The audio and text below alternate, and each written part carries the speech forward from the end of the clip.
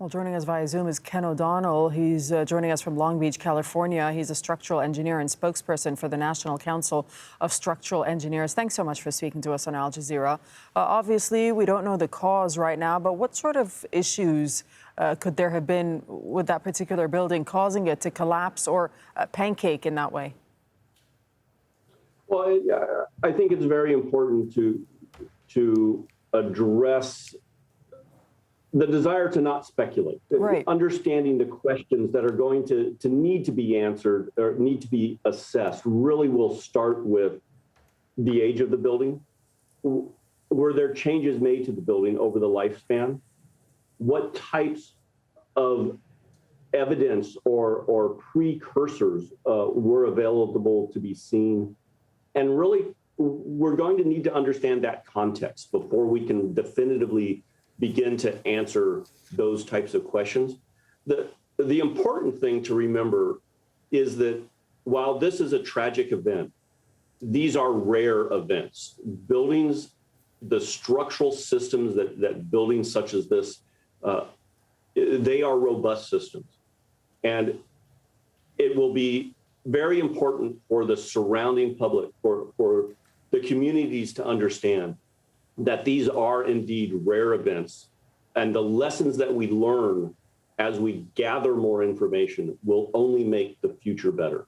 You're so right in saying that we can't speculate here, but what we do know right now is that structural engineers are on site. So the investigation is ongoing. How will that investigation into the cause progress from an engineering standpoint?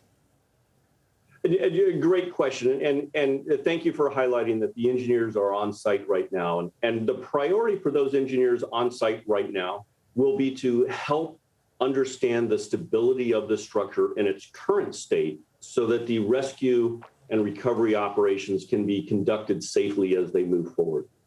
As those investigators turn their focus from rescue and recovery to assessment and understanding, they will begin to look for the evidence look for that underlying cause or causes.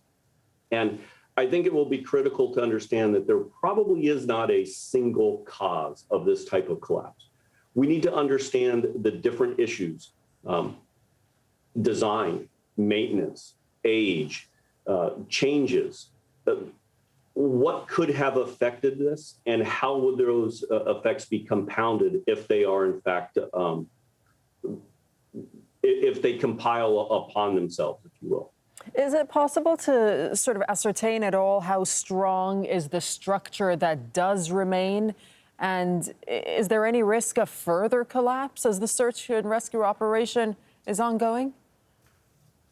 I have to be careful, very careful when I answer that question, being across the United States from the actual location. I have not had personal eyes on the situation.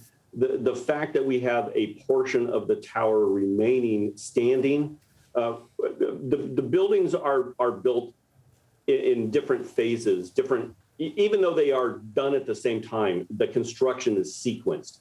Perhaps the sequencing of this allows us to have more comfort or confidence that the remaining portion does have stability, but it's going to be very, very cautiously approached as rescuers go into even the portion that's standing.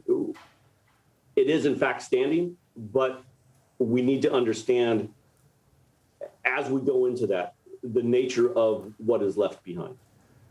Ken O'Donnell, we thank you so much for speaking to us from California. I appreciate your time. And thank you for having us on the show.